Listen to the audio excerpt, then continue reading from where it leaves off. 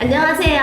안녕하세요. 저희 시청자분들한테 한번 인사 좀 해주세요. 안녕하세요. 이분이 누구시냐면요. 제가 원래 아시는 분인데 헤지펀드, 트위니티 자산운용 헤지펀드 대표님이세요. 김희성 대표님이시거든요. 저는 트리니티 자산운용 대표이사 하고 있고요. 과거에 애널리스트 하다가 매니저로 탈바꿈을 했습니다. 근데 저는 이분이 자산운용 대표님이신 줄 모르고 있었는데 주식을 시작하고 나서 주변에 이제 뭐 물어볼 사람이 있는지 찾아보다 보니까 대표님이시더라고요. 제가 지금 찾아온 이유는요.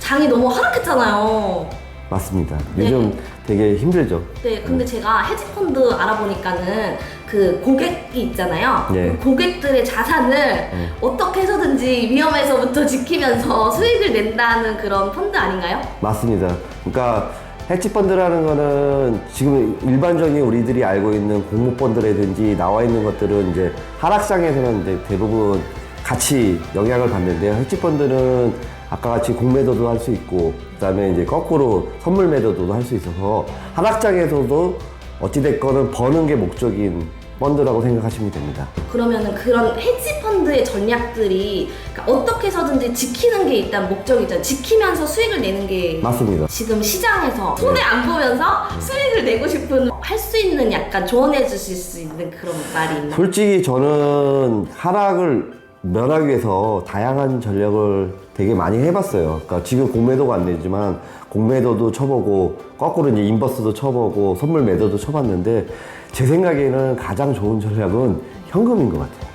현금 모용. 네, 그러니까 장이 조금 이상하다 싶고 그럴 경우에는 일정 부분 현금을 그러니까 그 매도를 해서 현금을 가지고 있으면 어찌됐건 주식시장에서는 뭐 요번에도 코로나를 봤지만 어찌됐건은 그 올라갈 가능성이 높거든요. 나중에 많이 하락을 하면 그렇기 때문에 그때 결국 물을 타면 제가 보기에는 충분히 이익을 낼 수 있고 그다음에 현금이 많으면 어느 정도 만약에 현금을 저희도 요즘 최근에 장이 안 좋아가지고 한 30% 정도는 매도를 해서 현금을 보유하고 있거든요. 그러니까 결국은 하락 어느 순간에 돼서 바닥이 오면 그때 현금을 다시 사면 훨씬 더 현금이 있을 때는 살 수가 있으니까. 그리고 마음이 편합니다. 왜냐면은 현금을 보유하고 있으면은 시장보다 비슷하게 빠지든지 덜 빠지거든요. 그러니까 뭐 그래도 시장보다 덜 빠지든지 비슷하면 마음이 편하거든요.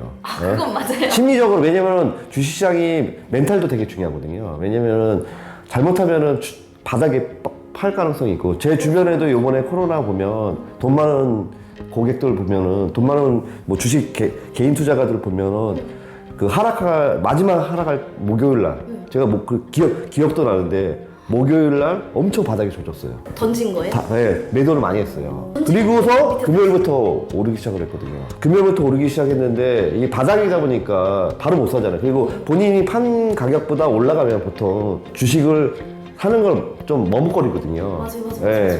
그래서 제 생각에는 멘탈적으로 편하기 위해서는 일정 부분 현금 보유를 하는 것이 좋고 그리고 레버리지 같은 경우도 진짜 강세 전략만 쓰고 장이 일단 이상하다 그러면은 레버리를 줄여서 현금으로만 주식을 가지고 있고 그리고 또 더 이상하다 싶으면은 현금을 어느 정도 확보하는 게 제가 뭐 주식 시장에서 지금 거의 23년 정도 근무를 했는데 그게 결론적으로는 그게 정답인 것 같습니다. 돈 많이 버셨나요? 왜냐면 시계도 엄청 비싸 보이는데 이거 아, 뭐예요? 다이아 아니에요 이거 다?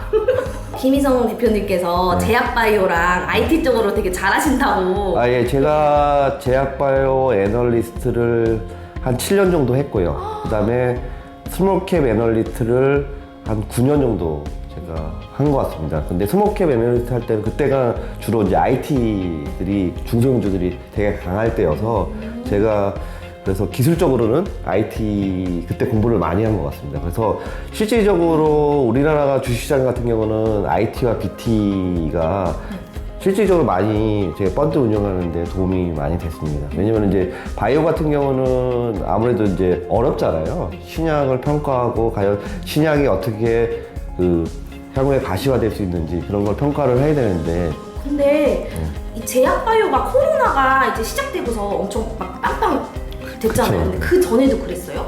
그 전에도 바이오가 뭐 작년 같은 경우는 되게 많이 하락을 했지만 보시다시피 셀트리온 같은 경우 거의 50배. 네.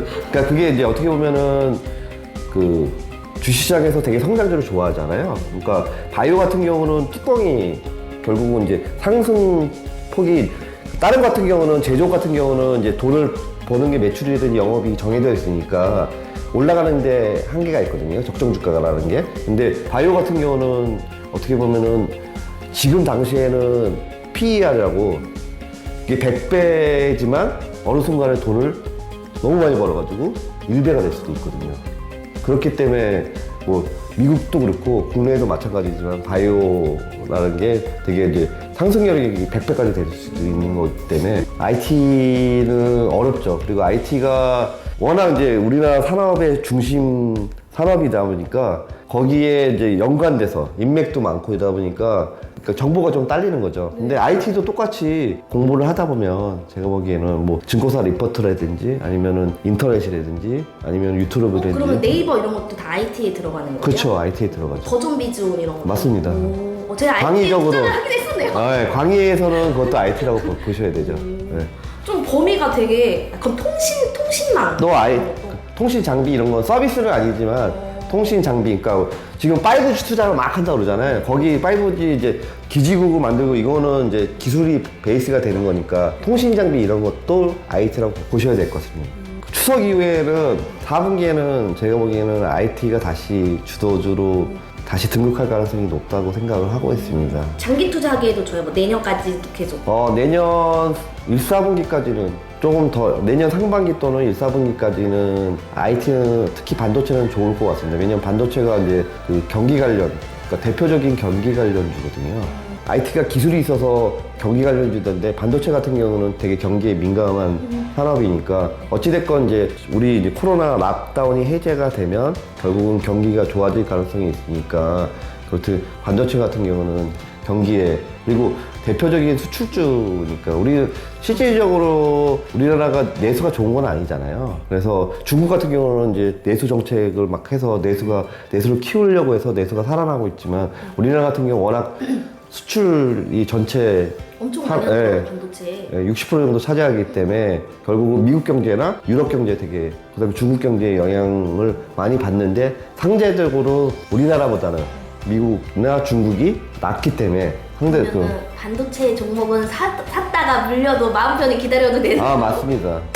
반도체 같은 경우 가야겠네요. 네, 반도체 같은 경우는 삼성전자, 하이닉스 포함해서 그 밸류체인 있는 회사들은 추석 이후 되게 좋을 것 같고 저는 이제 그 투자를 판단할 때 또 중요한 거는 시장에서 어떻게 생각하느냐도 되게 중요한 것 같아요. 그러니까 시장에 생각하는 것보다 훨씬 좋으면 주가는 훨씬 더 많이 가는 생각이에요. 그러니까 어떤 종목이나 산업이 시장에서 모두 좋게 생각하면 많이 샀잖아요. 결국 누군가가 더 사야 되는데 그러기는 힘들어서 그때가 되게 고점일 가능성이 있어서 근데 시장에서는 반도체 4, 4분기에 가격이 안 좋아서 뭐 연말 정도 주식을 살려는 사람들이 많은데 저는 생각보다는 그 시장에서 생각하는 것보다는 훨씬 더 빨리 개선이 될 걸로 보이기 때문에 아까처럼 빨리 개선이 되면은 훨씬 더 반등도 빠르고 폭도 더 큰 거죠. 과거에는 그랬고 그럴 확률이 높습니다. 왜냐면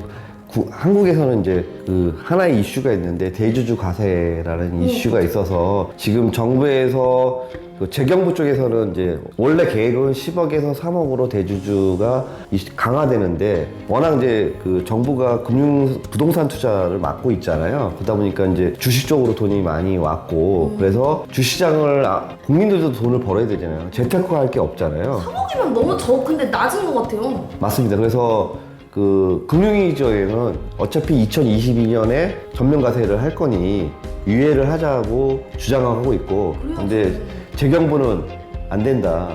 3억으로 원래 기존 안에 있으니 3억으로 강화해야 된다라고 지금 확정은 안 됐는데 조만간 확정될 것 같은데요. 3억으로 되면은 시장에는 좀 영향이 있을 걸로. 연말에 다 던지나? 조금 갖고 팔았다 다시 살 가능성이 있어요. 왜냐면은 3억이 되면 먹은 거 이익에 대해서 20% 이상 과세가 나오기 때문에 그럼 개미들도 던져야 되나 그때 같이? 그래서 시장이 조금 받아줘야 되나 우리는? 밑에서? 그때가 또 기회가 나오는 거죠. 그러니까 12월 달은 또 우리나라만 이슈에 있는 가사로 이제 주식을 팔았으니까 아, 그러면은 지금 좀 현금화를 해놨다가 그때 줄까요, 이렇게? 그때도. 지금 약간 영향을 같이 받는 것 같아요. 그것까지? 그것도. 그러니까 지금 최근에 이제 기간이 되게 막 대규모로 매도로 매일 1,000억씩 지금 매도를 하고 있거든요. 그래서 그 돈 있는 분들도 이익을 많이 올해 주식 많이 올랐잖아요. 그래서 미리 약간 이익을 챙기는 분들이 있어서 전체적으로는 뭐 미국 기술주 최근에 조정과 맞물려 가지고 조금 동반해서 여러 가지 요인으로 해서 좀 조정을 받고 있는 것 같고, 요 흐름은 제가 보기에는 추석 전까지는 이어지지 않을까. 그래서 추석 이후에 조금 만약에 사신다면 추석 이후를 권장하고 싶습니다. 근데 진짜 제 주변에는 저같이 주식을 모르고 막 뛰어드는 주린이가 진짜 많아요. 네. 근데 시장이 좀 변동성이 크잖아요. 네, 맞습니다. 심한데 이럴 때 시작한 지 얼마 안 된 저 같은 주린이들은 테마성 보고 들어왔잖아요. 네. 저 아직 테마주 이런 거에 되게 막 집중돼 있고 네. 길게 볼 줄을 모르거든요. 네. 근데 이런 장에서 장기 투자를 하는 게 더 좋은 것 같아요. 단기로 이렇게 보는 게 좋은 것 같아요. 솔직히 저는 테마 투자는 권하진 않는데, 그러니까 이제 그것도 이제 시장 장세에 따라 조금 다른 것 같아요. 강세장에서는 아까 말한 것처럼 레버리지, 워낙 시장이 좋으니까 레버리지 이용해도 되고 테마주를 쫓아서 단기 투자를 해야 되는데, 이제 이 습관이 일반 투자주들이 왜냐면 쉽게 돈을 벌잖아요. 그러다 보니까 리스크 관리가 안 되거든요. 그래서 이게 이제 본인이 판단이 어렵지만 어찌됐건 최근에 이제 유튜브가 워낙 많이 보급이 돼가지고 개인 투자가도 되게 공부를 많이 하시더라고요. 맞아요, 그래서 저는 꼭 주식 투자는 감으로 하시지 마시고 꼭 공부를 해서 네. 나름대로. 왜냐면 이게 쌓이거든요. 왜냐면 주식 똑같이 이것도 쌓여요. 왜냐면 기업도 계속 보다 보면 기업에서 더 많이 알고 그다음에 되게 좋은 게 경제를 알 수 있잖아요. 맞아요. 이게 단순하게 주식 투자만 아니라 이게 경제를 알면 부동산도 다 연관이 되고 전체적으로 뭐 금리도 다 연결이 되니까 금융상품 투자에도 되게 그 좋은, 제가 보기에는 공부할 게 되게 많더라고요. 맞습니다. 그래서 한번 계속 차근차근 아니지만 처음부터 욕심 가지지 말고 차근차근 뭐 유튜브나 인터넷이나 워낙 잘 돼 있기 때문에 옛날에는 보니까 바이오 같은 경우는 제가 보니까 일반 투자가들, 개미들도 되게 공부를 열심히 해서 맞아요. 저만큼 아는. 그쪽이 재밌어요. 네. IT보다는 공부하기 쉬운 것 같아요. 네, 그래서 저도 놀라웠는데 되게 공부를 많이 하시는 개미들도 있으셔서 그렇게 하시면 제가 보기에는 그런 분들은 제가 보기에는 장기 투자에서 성공을 많이 하시더라고요. 그래서 확률적으로 저는 공부를 어느 정도 투자할 때 감으로 하시지 말고 공부를 해서 하는 것들이 좋을 것 같다. 아니면 이제 좀 물어서 뭐 아까 같이 주린이처럼 저한테 물어서 어느 정도 그 골격을 쌓은 다음에 거기서 이제 세부적으로 들어가는 거, 그런 것도 좋은 것 같습니다.